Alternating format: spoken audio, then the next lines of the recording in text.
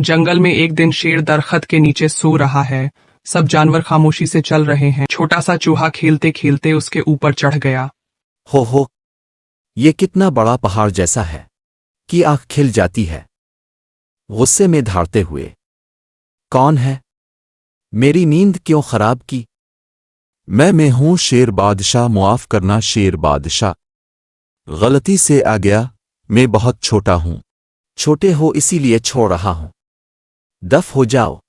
शुक्रिया शेर बादशाह, मैं एक दिन आपकी मदद जरूर करूंगा। शेर हंसकर सोचता है कि एक चूहा मेरी क्या मदद करेगा। शिकारी ने सोए हुए शेर पर जाल डाल दिया और शेर जाल में फंस जाता है। जाल में बंद जोर लगाता है। किसी ने मुझे जाल में फंसा दिया। कोई है?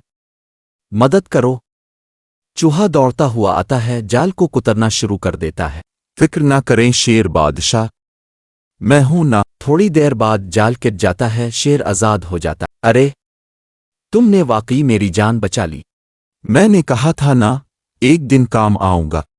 सबक कभी किसी को छोटा या कमजोर ना समझो, हर कोई किसी न किसी दिन काम आता है।